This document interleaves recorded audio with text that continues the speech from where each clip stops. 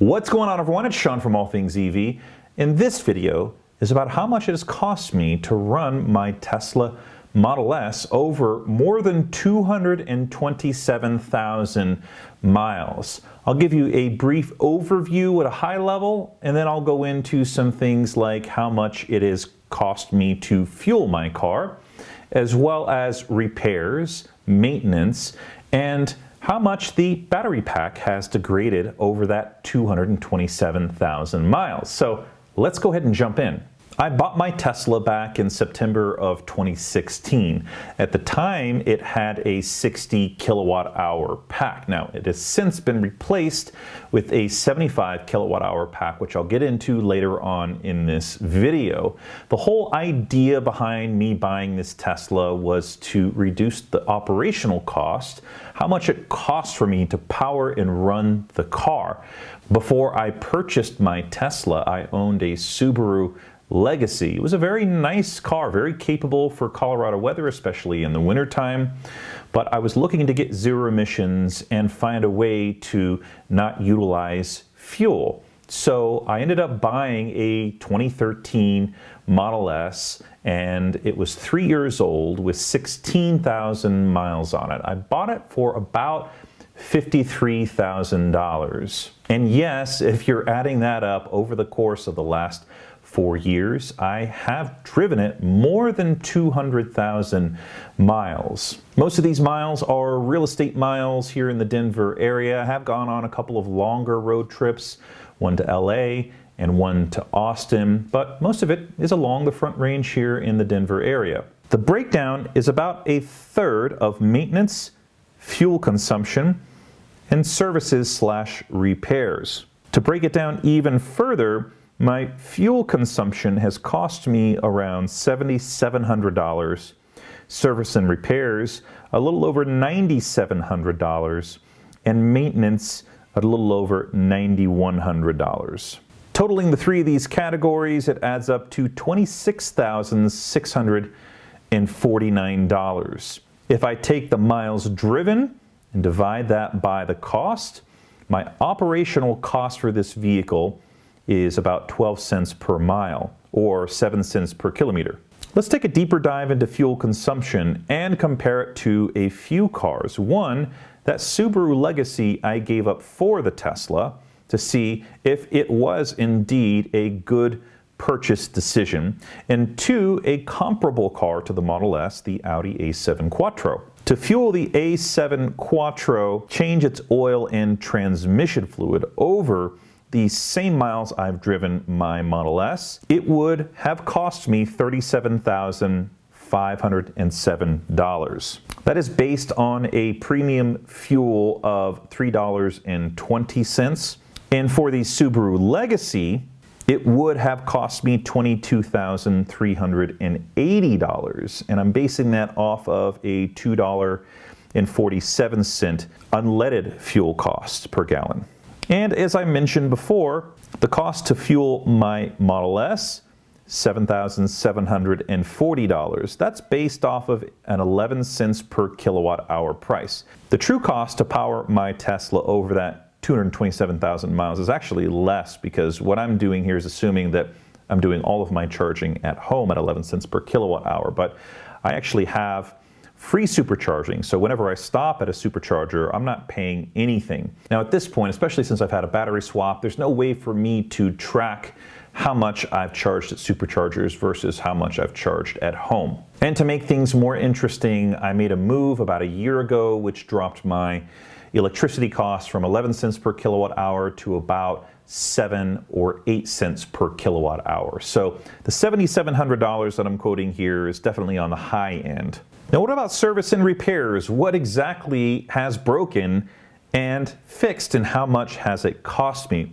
I've covered some of these items in the past in detail. When I first bought the car back in 2016, there were a lot of small things that I took in to get taken care of under warranty. Things like condensation in the brake light, a creaking sound as I went over bumps, the left scroll wheel on the steering wheel not working, water ingress in the headliner, rattling in the glove box. The majority of those things my first year were taken care of under warranty. A little less than a year into owning the car, I did cross over the 50,000 mile warranty that came with it, and from that point forward, I then had to pay for most of the things that needed to be fixed. But I would say that first year had the most items that got fixed. And to give Tesla in the car some credit, I took it in more often because I knew that it would be fixed under warranty for some of these smaller things like creaking sounds. The second year I had 5 items that I took the vehicle in for.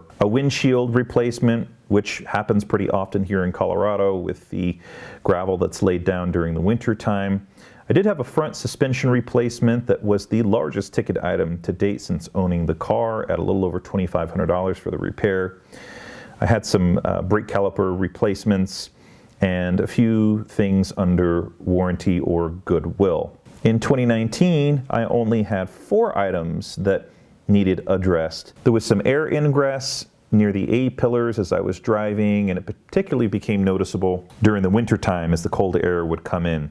They fixed that with some sort of stuff that they put in near that A-pillar with some foam or something like that. They gave me some wiper blades at Goodwill. My charge port stopped opening up, and so they replaced that, as well as the 12-volt battery. And so far this year, I have had 3 items that have been repaired. This has been my second most expensive year for replacements. In February, I had the MCU replaced, and that one was a little over $1,500. My front left door handle stopped working. That was a $300 repair. And then most recently, the instrument cluster behind the steering wheel went out, and I needed to have that replaced. That cost me just under $1,700. As for maintenance, it is primarily centered around tires, the replacement in tires. Over 227,000 miles, I've had a really good chance to test out some different tires and land on some favorites for summer and winter. And from time to time, especially during busy seasons of the year, I do pay Tesla to come out and tire swap and rotate the tires, so you'll see that in there as well. I want to take a real quick moment to say thank you to today's video sponsor, Piedmont Lithium. You've heard me talk about them a lot. I think they're doing some really interesting things with their spodumene hard rock mine in North Carolina. They just did an agreement with Tesla to be a provider of this raw form of lithium that will then get processed and put into Tesla vehicles. But they're doing some really exciting things, and if you're an EV enthusiast and an investor in EV companies, I think it's a really great idea to consider investing into early supply chain of the electric vehicle industry, particularly lithium. As this industry grows and as more automakers produce more EVs, that strain on the lithium supply will become greater. And of course, with high demand and low supply, that does create some strain on the industry and could potentially increase the value of companies like Piedmont. So I'd recommend taking a look at them and considering if it might be a good idea to invest into the company. They're publicly traded on the NASDAQ at PLL, and you can find their website at piedmontlithium.com. Now let's get back to the video. What about battery degradation? A lot of you wanted to know about that. As I mentioned earlier in the video, the car was produced with a 60 kilowatt hour battery pack. I drove that thing into the ground and probably did not take care of the battery pack like I should have. I was charging to 100% almost every day, and that battery pack also saw a lot of supercharging. I knew it was time to replace the battery when I was driving on the highway. It said I had somewhere around 36 miles of range left, plenty for me to get home, but all of a sudden the car shut down and told me that it had run out of juice. Tesla then told me that the battery pack was imbalanced and needed to be replaced. That battery pack was replaced in September of 2018, and to my delight, they replaced the 60 kilowatt hour pack with a 75. Since then, I've been very good to keep that state of charge top end at 90% and limit my supercharging as much as possible. When I bought the car back in September of 2016, it had a full charge of 201 miles, and by the time it got replaced, the full charge was at 187. Degradation was 14 miles. That battery got swapped out at about 145,000 miles on the odometer, and since then, the 100% charge on the current battery pack, it was 244 miles.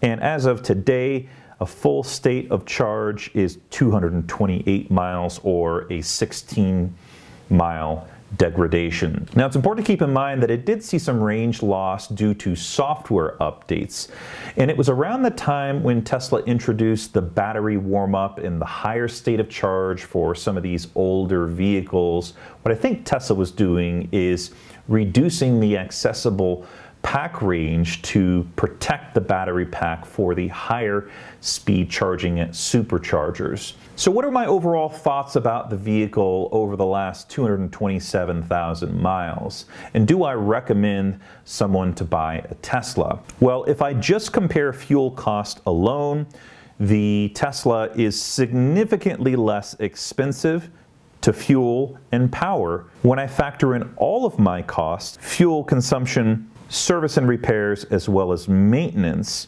and compare it to how much it costs to fuel the Subaru and the Audi, it comes in just slightly above the Subaru Legacy by about $4,000, but still significantly less to a comparably priced vehicle in the Audi A7 by about $11,000. And what I'm not factoring in with both the Audi and the Subaru are any repairs with this vehicle. And of course, if you're driving an Audi or a Subaru at 227,000 miles, there's probably a pretty good chance that you've made some repairs on that. But I don't know the cost of those, and I'm not going to factor those in.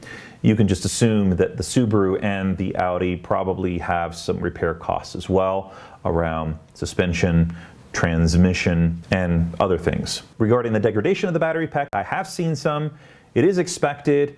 Is it too much? I don't really think so. It's enough to get me around my day. However, as I get busier in my real estate career, the 90% state of charge, which is about 205 miles of range on the car, is starting to become a nuisance and troublesome, especially if I have a really busy day of showings, or if I'm doing showings an hour away. I usually have to stop and charge at some point, and the speed at which this 2013 Model S charges usually tops out at somewhere around 119 kilowatts. But even then, if I'm coming in at maybe 40% state of charge, I'm not getting that 119 kilowatts. I'm usually seeing that when I'm down to 20 or 30 miles rolling into the supercharger. So am I going to make an upgrade? I probably will, although it's not top priority for me. I would like to keep this vehicle. It's a nice classic. It's an OG look with the nose cone, and it would be cool to keep that and buy a new one. If I was going to do a new Tesla today, I probably would do a Model Y. It seems to be the most practical in terms of ground clearance, headroom, and leg room, as well as storage in the back. Would I recommend a Tesla to someone?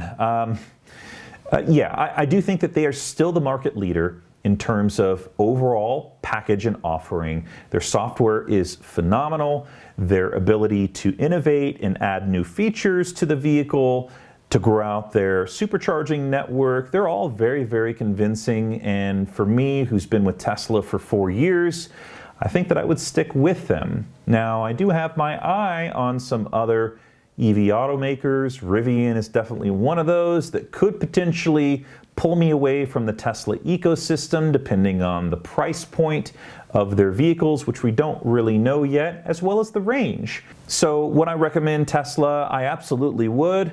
They're not a perfect company. They do have some issues and some nuances, even with new Teslas today that you're buying directly from the store. So take it with a grain of salt.